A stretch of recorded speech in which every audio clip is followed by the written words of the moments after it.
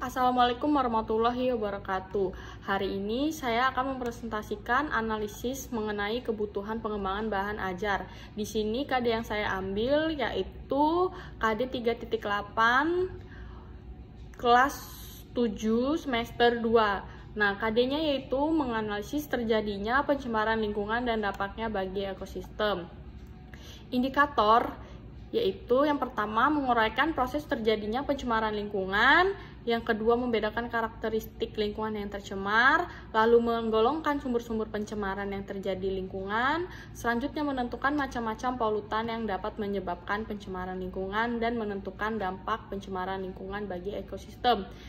Nah, yaitu membuat tulisan tentang gagasan penyelesaian masalah pencemaran di lingkungan berdasarkan hasil pengamatan. Selanjutnya, indikator yang saya ambil yaitu membuat gagasan tertulis tentang penyelesaian masalah pencemaran di lingkungannya dalam bentuk poster.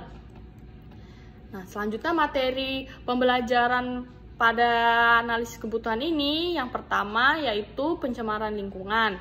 Nah, pencemaran lingkungan ini dibagi menjadi 4, yaitu pencemaran udara, pencemaran air, pencemaran tanah, dan pencemaran suara.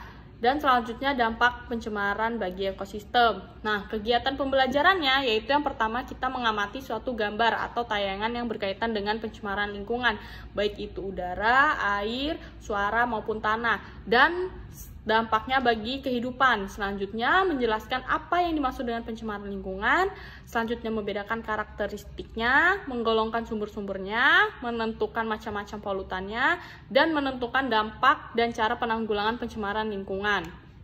Selanjutnya mengumpulkan berbagai informasi sebagai bahan diskusi atau sebagai topik yang akan didiskusikan mengenai macam-macam pencemaran lingkungan dan penyebabnya. Selanjutnya menjelaskan dampak yang ditimbulkan akibat adanya pencemaran di lingkungan.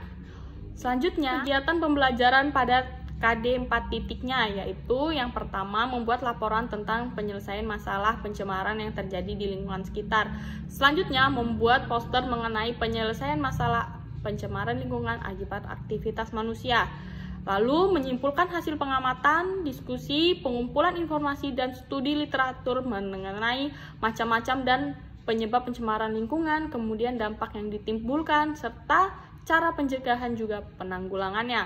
Selanjutnya mempresentasikan hasil diskusi LKPD secara lisan tentang pencemaran lingkungan dan dampaknya bagi ekosistem.